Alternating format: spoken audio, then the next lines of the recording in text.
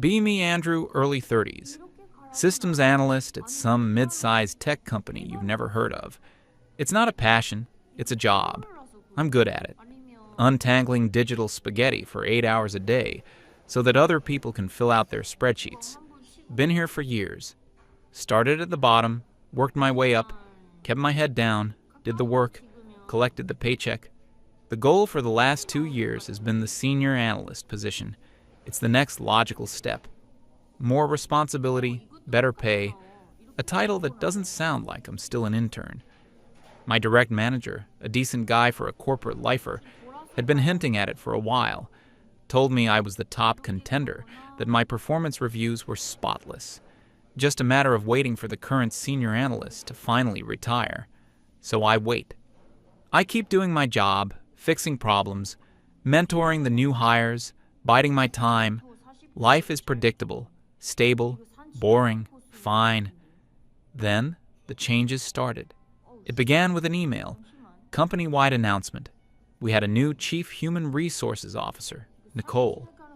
The email had a smiling corporate headshot, one of those pictures where the eyes don't smile. Attached was a long, rambling mission statement full of buzzwords: synergy, empowerment, paradigm shift, inclusivity. It was like a game of corporate bingo. I deleted it and got back to work. HR was just the department that organized the awkward Christmas party. Not my problem. A week later, a mandatory all-hands meeting is scheduled. Nicole is going to address the company. The entire office shuffles into the main conference hall.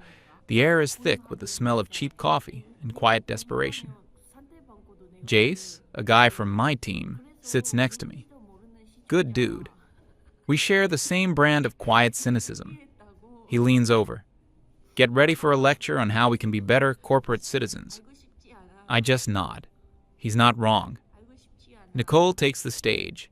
She's exactly like her picture, dressed in a sharp, expensive-looking suit. She radiates an aura of absolute self-satisfaction. She starts talking. And it's even worse than we imagined. It's a full-blown sermon. She talks about the historic injustices within the corporate world, about the unseen barriers, and the pervasive nature of the boys' club. She keeps using the phrase, smash the glass ceiling. I think I heard it at least 5 times. Jace starts discreetly ticking a checklist on his notepad. Then she gets to the point. She announces her flagship initiative, the Women First Promotion Policy. A hush falls over the room. The policy is simple, she explains, with a triumphant smile. To correct the glaring gender imbalance in leadership roles, from this day forward, when a management or senior position opens up, female candidates will be given priority. She clarifies what this means.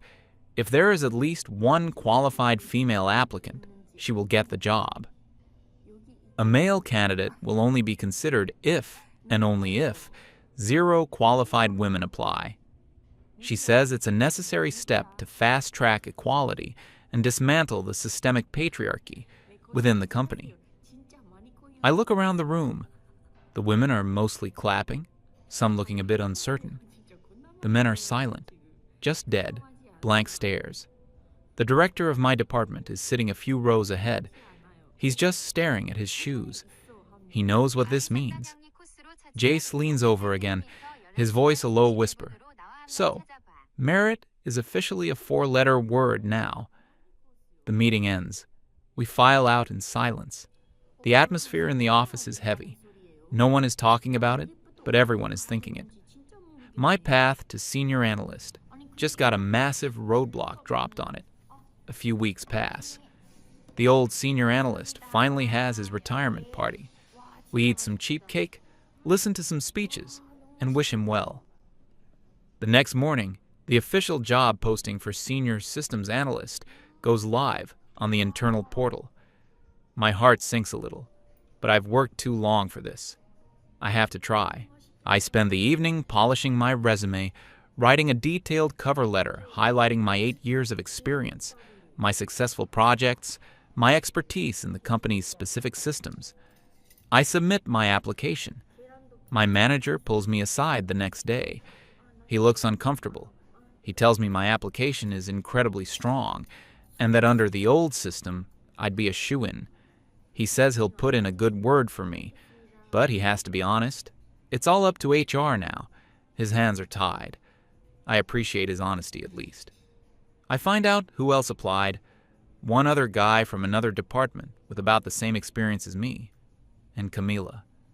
Camila is on our team. She's been with the company for maybe a year and a half. She's not a bad person. She's cheerful, always talking about her weekend plans, but she is not good at her job. I have a folder in my email inbox titled Camila's Messes. It's full of forwarded tickets and requests where I had to step in and fix her mistakes. Basic SQL queries she couldn't figure out. Server permissions she set up incorrectly, causing an outage for an entire department. A data migration script she wrote that had to be completely rewritten by me because it was so inefficient it would have taken a week to run.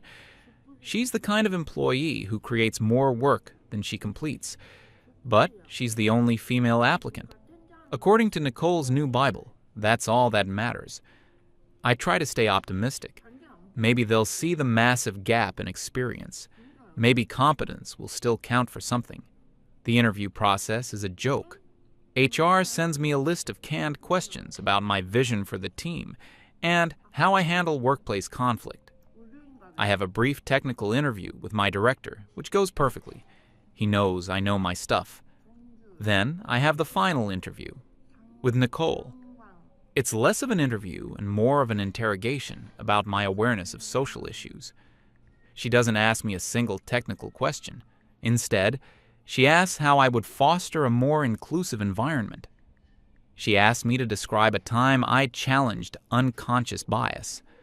She talks a lot about toxic masculinity in the tech space. I try my best to give the politically correct answers I know she wants to hear. It feels like I'm betraying myself with every word. I leave her office feeling drained and disgusted. A week of silence follows. The whole team knows what's happening. The tension is thick. Camila is acting extra cheerful, which somehow makes it worse. The email arrives on a Friday afternoon. The subject line, Update on your senior analyst application. It's the generic, soul-crushing HR rejection letter. Thank you for your interest. A large number of highly qualified candidates decided to move forward with another applicant. Wish you the best. I just stare at the screen. I'm not surprised, but it still feels like a punch to the gut. It's the injustice of it all.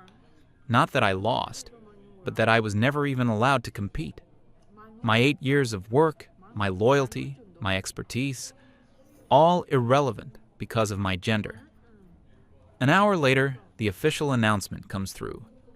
Please join us in congratulating Camila on her promotion to Senior Systems Analyst. A wave of forced, awkward congratulations fills the team chat. I type, "Congrats," and close the window. Jace walks over to my desk. He doesn't say anything. He just puts a hand on my shoulder for a second, then walks away. That night, I can't sleep. I keep thinking about that meeting. The smug look on Nicole's face, the feeling of being dismissed, of being told that who I am is more important than what I can do. It feels like the rules of the world have been rewritten, and I'm on the losing side by default. Out of sheer frustration and boredom, I open my work laptop. I start browsing the company's internal policy documents, hundreds of them. Health and safety, data security, expense reports, a digital library of corporate nonsense. I'm not looking for anything in particular, just a distraction. I click through folder after folder, and then I find it. Buried deep in the HR section, there's a document titled Equality, Diversity, and Self-Identification Policy. It's a new one. The last updated date is from a week after Nicole started. She must have written it herself. I open the PDF. It's mostly the same boilerplate stuff. The company is committed to equality, yada, yada, yada. But then I get to a specific section, Section 4B. Gender identity. I read the paragraph once, then I read it again. It says, "This company recognizes that gender is a matter of personal identity. We unconditionally accept and respect the gender with which an employee identifies." It continues, "An employee may update their gender marker in the official company records at any time. To do so, they must complete and submit Form HR 37B. No medical or legal documentation is required. The employee's self-declared gender will be accepted without question." Without question. No documentation required. A slow grin spreads across my face for the first time in weeks. The architect of the system had, in her ideological zeal, created the perfect loophole. She had built a cage of her own rules, and she had just handed me the key. The next morning, I walk into the office with a purpose. I don't say a word to anyone. I go to the internal forms portal. I find HR 37B. Gender Identity Update Form. It's a simple one-page document. Name, employee ID, and a series of checkboxes. Male, female, non-binary, prefer to self-describe. I tick the female box. I print the form. I sign it at the bottom. I walk to the HR department. It's on a different floor, a place I usually avoid at all costs. The HR assistant, a young woman who looks perpetually bored, is at the front desk. I hand her the form. "I was told to submit this here." She glances at it, her eyes barely registering the words. She just sees a form, a piece of paper to be processed. She pulls out a stamp, slams it on the paper with a satisfying thud, and says, "This will be updated in the system within 24 hours. She doesn't even look up. I just say thank you and walk out. As I'm walking back to my desk, Jace stops me. He saw me coming from the direction of HR. "Everything okay, man? You didn't get in trouble, did you?" I just look at him. I can't help but smile. "No, not in trouble." "What were you doing down there then?" I pause for a second, savoring the moment. "Just playing by the new rules, Jace. Just playing by the rules." He gives me a confused look, but I just walk back to my desk and start my work. Outwardly, nothing has changed. I'm still Andrew. I still dress the same, talk the same, do the same job. But in the deep digital heart of the company's bureaucracy, I am now a woman. And I wait. A month goes by. Camila is struggling in her new role. The Camillus' Messes folder in my inbox is getting fuller. I'm now getting called into meetings to explain complex systems to her, effectively doing the job of a senior analyst, without the pay or the title. It's frustrating, but I know I just need to be patient. Then, another opportunity arises. The company lands a new project, and they're creating a new dedicated team to handle it. They need a project team lead. It's not senior analyst, but it's a leadership position. A step up, a promotion. The job is posted. I read the description. It's a perfect fit for my skills. I open my application folder, I update my resume, and I apply. 2 other people apply. Both men. Both good, experienced guys from other teams. The interview process starts. This time, I know the game. The first interview is with the department director. It's another technical round. I nail it. Then comes the final interview with Nicole. I walk into her office and sit down. She has my file open on her desk. She looks at me, then looks down at the file, then back at me. There's a flicker of confusion in her eyes. She sees my name, Andrew, and right next to it, in the system-generated profile, the gender marker, F. She can't hide her surprise. Her professional smile tightens just a little at the edges. This is the moment, the first test. I brace myself for the question. The, "I think there has been a mistake," or the, "Can you explain this?" But the question never comes. She can't ask it. If she questions the F on my file, she's questioning my self-identification. And according to her own masterpiece, Policy 4B, that is forbidden. She would be a bigot, a transphobe. She is trapped. So, She just has to pretend that everything is normal. She has to interview the man sitting in front of her as if he were a woman. The interview is surreal. She asked me the same HR-approved questions as last time, but her tone is different. It's strained. She's trying so hard to act normal that it's completely abnormal. So, as a woman in tech, what unique challenges do you think you face? I have to physically bite my tongue to keep from laughing. I give her a serious, thoughtful answer about the importance of feeling seen and having a voice at the table. I use all her favorite buzzwords against her. She just nods, a forced smile plastered on her face. The interview ends. We shake hands. Her grip is tense. I walk out of her office, feeling 10 feet tall. The decision comes 2 days later. It's not an email this time. The department director calls me into his office. He closes the door. He looks at me, and for a second, I think he's about to laugh. But he keeps a straight face. Congratulations, Andrew. HR has approved your promotion. You're the new project team lead. He hands me the official offer letter. My plan had worked. It had actually worked. I used their own absurd, broken logic to beat them. I accepted the position. The announcement goes out. There's some confusion in the office. People are happy for me, but they're also surprised.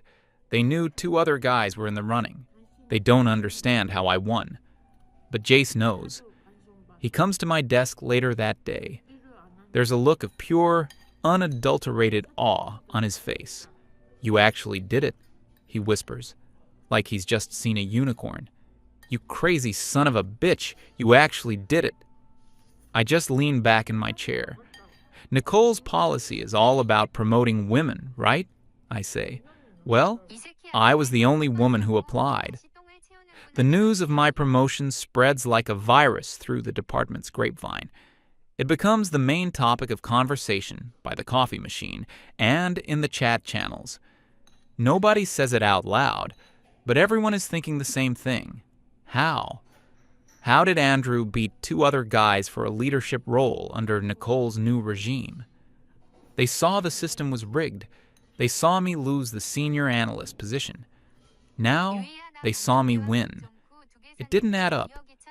The following Monday, Jace pulls me into an empty meeting room. He closes the door and just stares at me.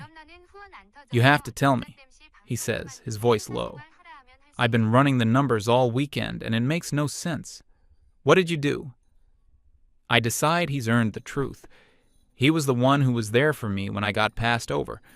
So I tell him. I explain the policy I found. Section 4B, the self-identification clause. I tell him about Form HR 37B. As I'm talking, his expression changes from confusion to disbelief, and then to a slow, dawning comprehension. A single, sharp laugh escapes him. He leans against the wall, shaking his head. No way. There is no way she was that stupid. She created a policy to prioritize women, and then created another policy that lets anyone become a woman on paper? No questions asked? That's the one, I say. She built the perfect trap for herself. He's silent for a full minute, just processing the sheer, beautiful irony of it.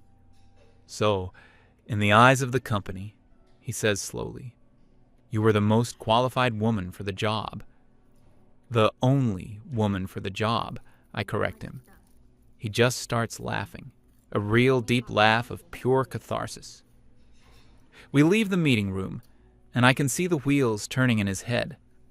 A week later, another promotion is posted. A senior network engineer position. A guy named Mike from the networking team was the obvious choice. 10 years with the company, knows the infrastructure inside and out. He's practically running the department already. A junior engineer, a woman with 2 years' experience who Mike himself had trained, also applies. We all knew how this was going to end. It was Camila all over again. I see Jace talking to Mike by the water cooler. It's a long, quiet conversation. The next morning, I see Mike walk toward the HR department, a single sheet of paper in his hand. He has the same determined look I had a month ago. He gets the promotion. Suddenly, everyone understands. The secret is out. It becomes an unspoken movement, a quiet rebellion fought with paperwork. The database administrator, who'd been a senior in all but title for 5 years, but kept getting passed over, he fills out the form. 2 guys from the software development team, both of whom had lost out on a team lead position to a less experienced woman from marketing who wanted to transition into tech, they fill out the form. Jace, who was eyeing a senior QA role that was about to open up, preemptively fills out the form. Within 2 months, a silent bureaucratic shift has occurred. Our IT division, once a typical tech environment with about a dozen men and 4 women, now has, according to the official HR records, a staff of 8 men and 8 women. The productivity of the department skyrockets. Why? Because the most experienced, most competent people were finally being moved into the roles they should have been in all along. The logjams created by promoting unqualified people were gone. Things just worked better. The atmosphere in the office is electric. There's a sense of camaraderie, a feeling that we'd collectively outsmarted an unjust system. We never talked about it openly, but a simple nod or a knowing glance across the office was enough. We were all waiting for the other shoe to drop. We were all waiting for Nicole to notice. The moment of discovery must have been glorious. I imagine her sitting in her pristine office, preparing her quarterly diversity report for the corporate overlords. She probably had a smug smile on her face, ready to show off the incredible progress her women first policy had made. She runs the numbers for the company. She sees the little graph, a small uptick in female leadership. Good, but not great. Then she runs the numbers for the IT division specifically, and she sees it, a 100% increase in female employees in just 1 quarter, a 200% increase in female leadership roles. She must have thought it was a system error, a glitch.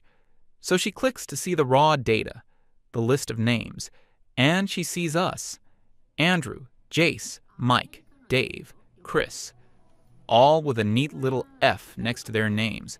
The rage must have been seismic. The next morning, the emails go out. I get one. Jace gets one. Mike gets one. All of us who had transitioned.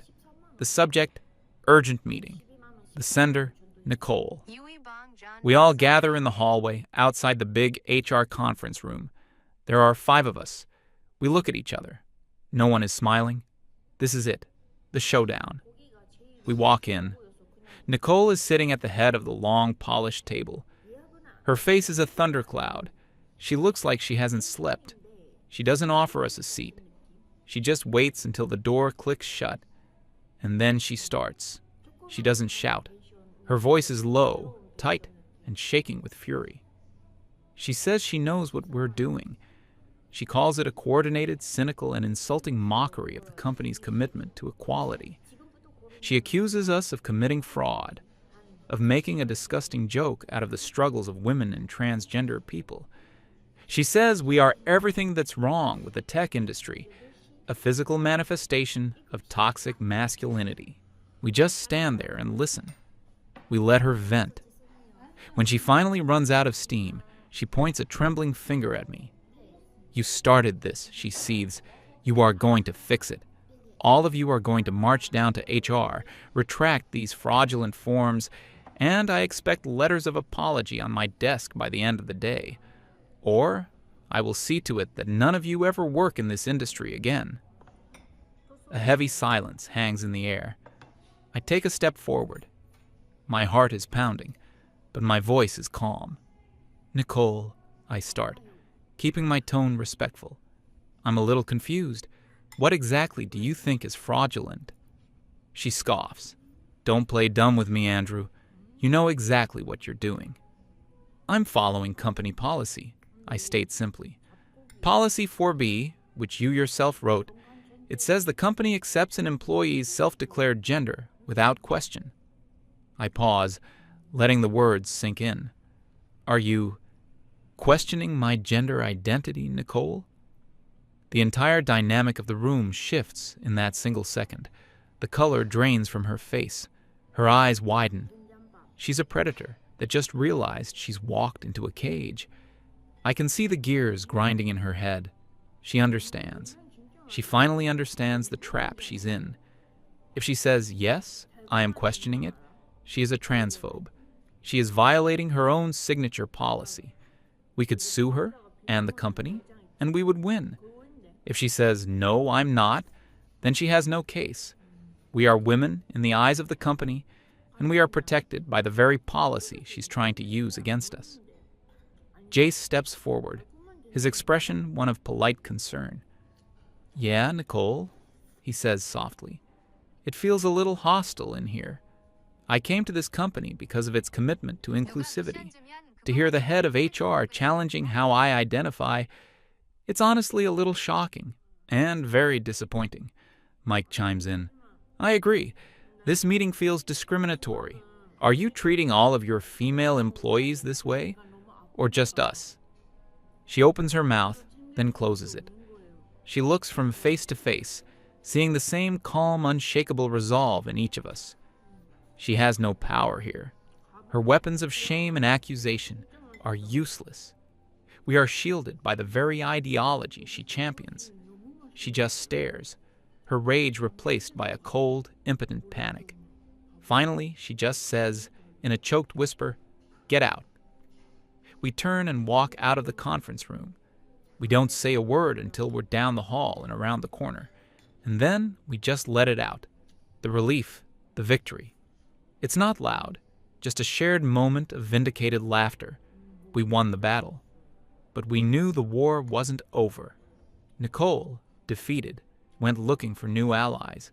Her first stop was my department director's office. He told me about it later.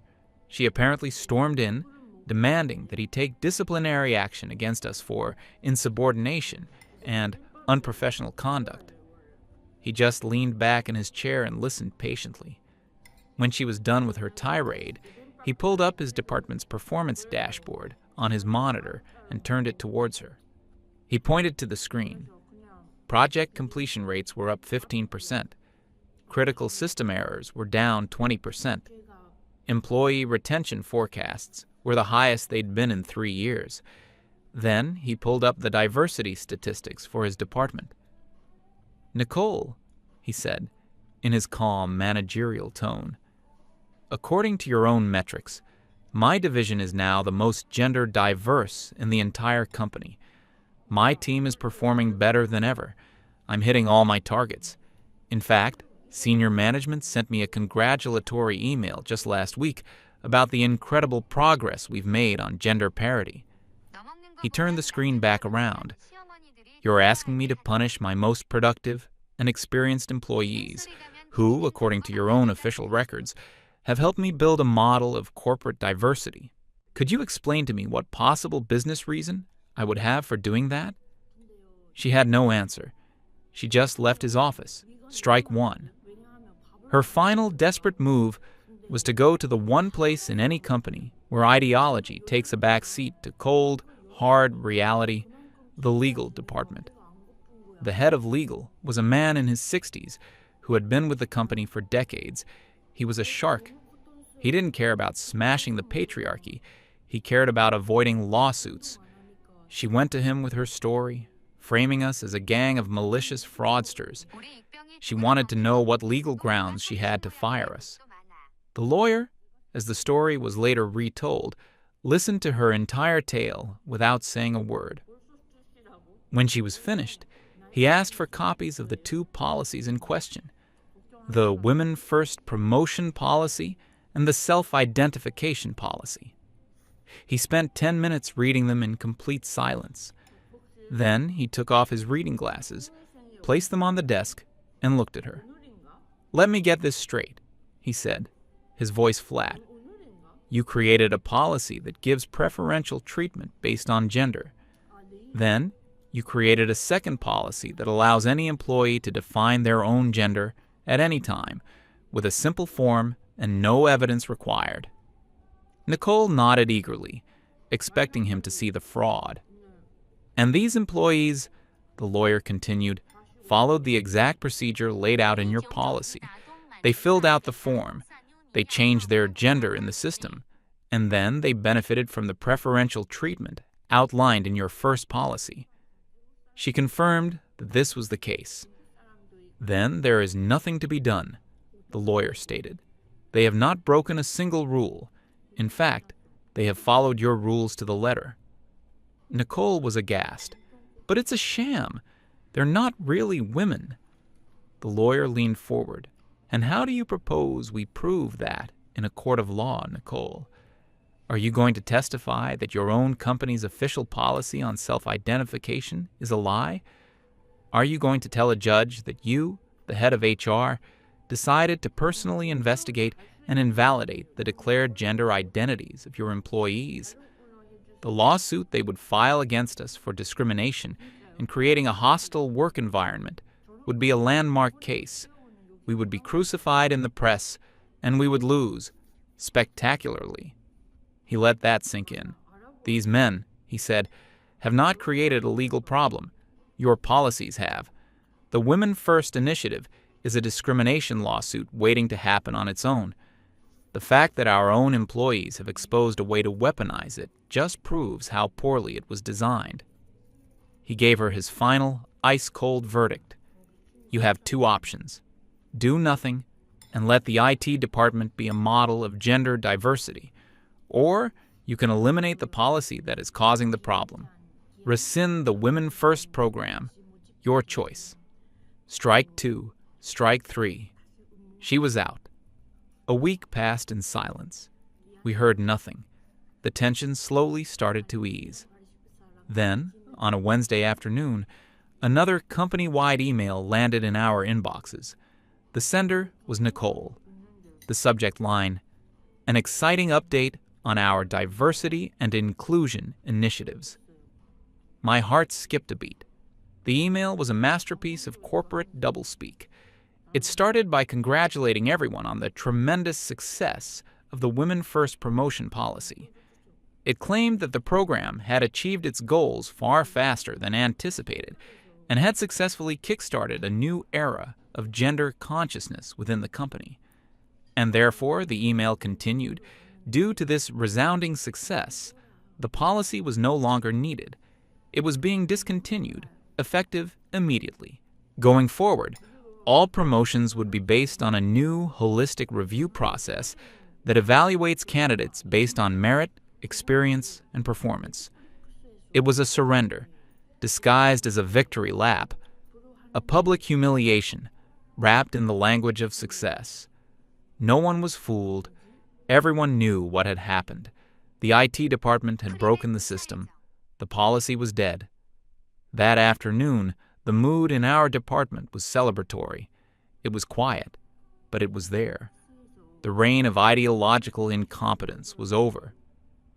Merit was back on the menu.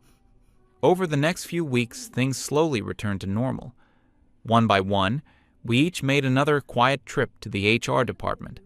We each submitted a new HR 37B form. This time, we ticked the mailbox. The same board assistant took our forms, stamped them, and processed them without a second glance. Our short, strange journey was over.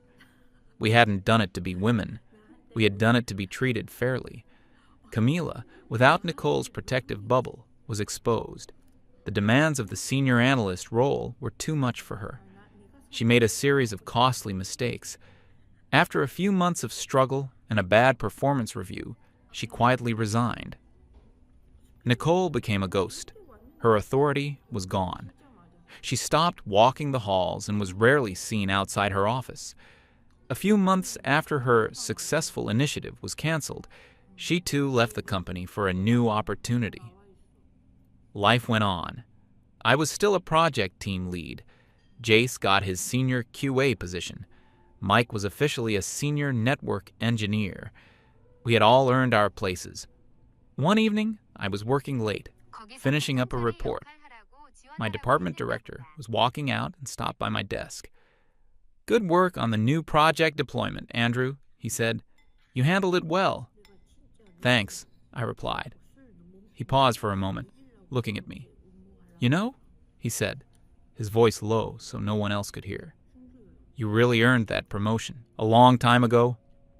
He didn't specify which promotion he was talking about. He didn't have to.